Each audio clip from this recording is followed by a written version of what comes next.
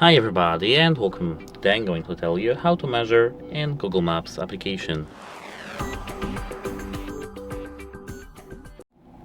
So, at first we have to unzoom a little and enter and just mark add a pin somewhere.